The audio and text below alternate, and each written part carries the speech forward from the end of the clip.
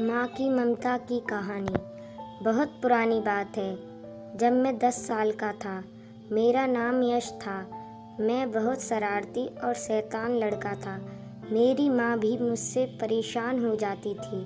मेरी माँ आज भी कहती है कि शायद ही कोई ऐसा दिन होगा जिस दिन 2-3 जगहों से मेरी शिकायत नहीं मिली हो। एक दिन की बात है, मैं सुबह सुबह नहाने के लिए नल पर जा रहा था और अपने आदता अनुसार बाल्टी को हवा में धोनी के हेलीकॉप्टर शॉट की तरह घुमाते हुए जा रहा था। तभी बाल्टी का निचला हिस्सा मेरे पीछे आ रही मेरी माँ के मुंह पर जा लगा और माँ के होठों से बहुत खून निकलने लगा। माँ चीख कर वहीं बैठ गई और मैं पिटाई के डर से वहाँ से फरार हो गया। मैं क्या करता, मुझे बहुत बुरा लग रहा था। दिन भर मैं गांव के एक बगीचे में छिपकर अनजाने में हुई गलती के लिए पछताता रहा और रो रहा था।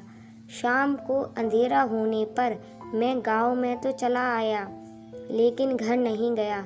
रात में खाने के समय मुझे ना पाकर घर वालों को मेरी चिंता हुई, तो वे मुझे ढूंढने निकले, मगर मैं कहीं ना मिला और मिलता भी कैसे।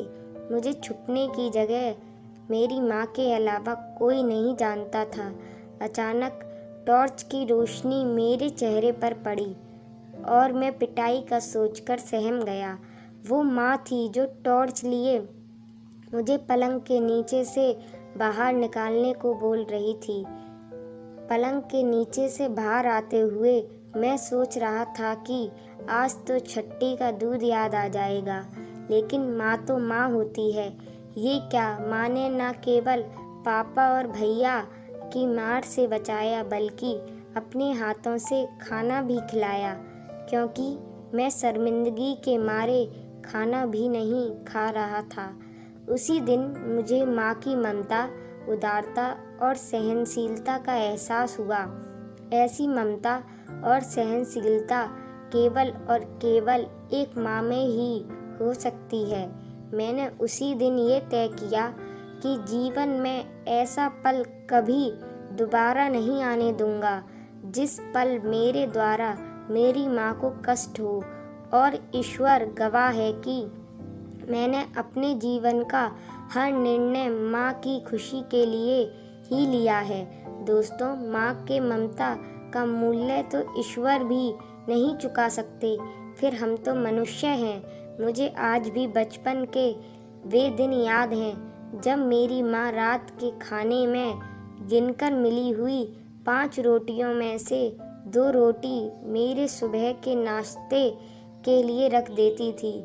आज जब मैं सोचता हूँ कि दिन भर मेहनत करने के बावजूद 3 रोटियों में माँ का पेट कैसे भरता होगा, तो बड़ी गिलानी होती है। माँ के इस उपकार का बदला शायद मैं 7 जन्मों में भी ना चुका पाऊँ। माँ का यह निस्वार्थ प्रेम ही दुनिया की सबसे बड़ी दौलत है, और बड़े खुशनसीब हैं वे लोग जिन्हें ये दौलत मिली है।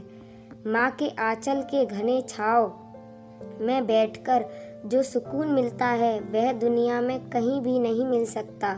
महाभारत में युधिष्ठिर ने यक्ष के सवालों का जवाब देते हुए कहा था कि धरती से भी बड़ी माँ है। परंतु आज जब मैं जमीन के एक छोटे से टुकड़े के लिए किसी माँ का अनादर देखता हूँ, तो सोचता हूँ कि कितने बदनसीब हैं वे लोग जो अपने माँ की ममता और त्याग को भूलकर उनका अपमान करते हैं।